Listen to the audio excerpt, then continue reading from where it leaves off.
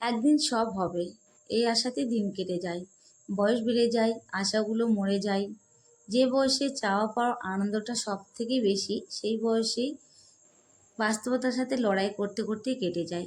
So hello everyone, good morning. কেমন আছো সবাই? আশা করছি সবাই ভালো আছো, সুস্থ আছো। আমার মিষ্টি ব্লগে তোমাদের আবারও অনেক অনেক স্বাগতম জানিয়ে ছোট্ট একটা ভিডিও নিয়ে তোমাদের মাঝে চলে এলাম। আশা করি তোমাদের সকলের ভালো লাগবে।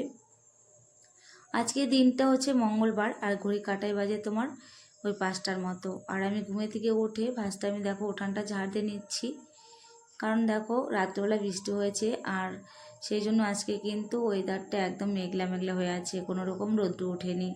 আর মনে হচ্ছে সারাদিনে রৌদ্র উঠবেও না। আমার কয়েকদিন থেকে প্রচণ্ড পরিমাণে শরীর খারাপ, সেই জন্য তোমাদের সাথে ভিডিও শেয়ার করতে পারছি না। আমি দেখো কাজে যেতাম এই শরীর খারাপ নিয়ে, আর কাজের থেকে এসে আমি না বাড়িতে শুয়ে থাকতাম, কারণ এতটা শরীর খারাপ আর এতটা দুর্বল লাগে যে আমি কোনো রকম ভিডিও এডিট করতে পারি না, বা ইচ্ছাও করে না করতে।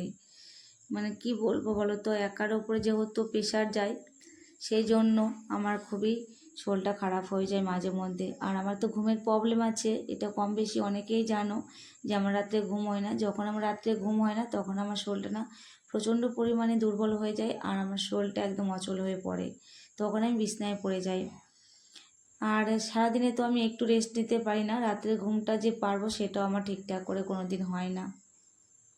যখন টানা একভাবে 15 দিন বা 1 সপ্তাহ এরকম ঘুম হয় না, বা কোনো সময় না 15 দিনের বেশিও চলে যায় তাও ঘুম হয় না, তখন আমি একদম দুর্বল হয়ে পড়ি, আর কোনো কাজের আমার এনার্জি থাকে না। মনে হয় যে সারাদিন শুয়ে থাকি, আর একটা কেমন যেন নেশা নেশা টাইপের লাগে, মানে কিছুই ভালো লাগে না। শরীরটাও তখন প্রচণ্ড আমার দুর্বল আর মানে খারাপ হয়ে যায়।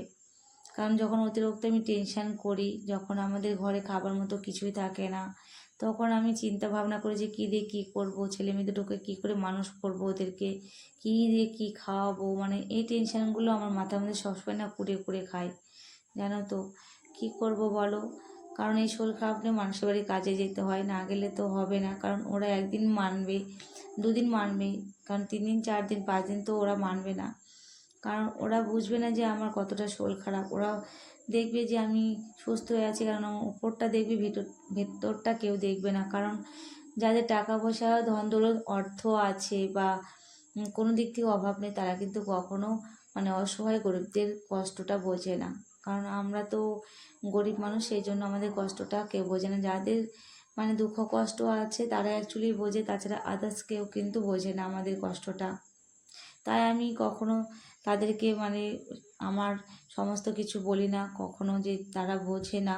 আরও বললে পরে তারা মানে উপহাস মনে করে, যে ভাবে যে এটা মিথ্যা কথা বলছে বা অভিনয় করছে। কিন্তু আমি যে কতটা মানে কষ্ট করে চলি সেটা আমি জানি, আর ওপরওয়ালা চলে। কারণ আমার তো আর কেউ নেই যে আমাকে কোনো দিক দিয়ে হেল্প করবে, বা আমার কাজকর্মগুলো একটু আমার হাতে হাতে করবে, সহযোগিতা করবে, সেই মানুষটা তো আমার নেই। আমাকে নিজেই করতে হয়, বাড়ির সমস্ত কিছু করে ছেলে মেয়েকে মানে ঠিক মতো পরিচালনা করে তারপরে আমাকে কাজে যেতে হয়। আর একটা মানুষ কত চলবে বলো, কারণ ভগবান ছাড়া আর কেউ আমার কষ্ট দুঃখগুলো বুঝবে না।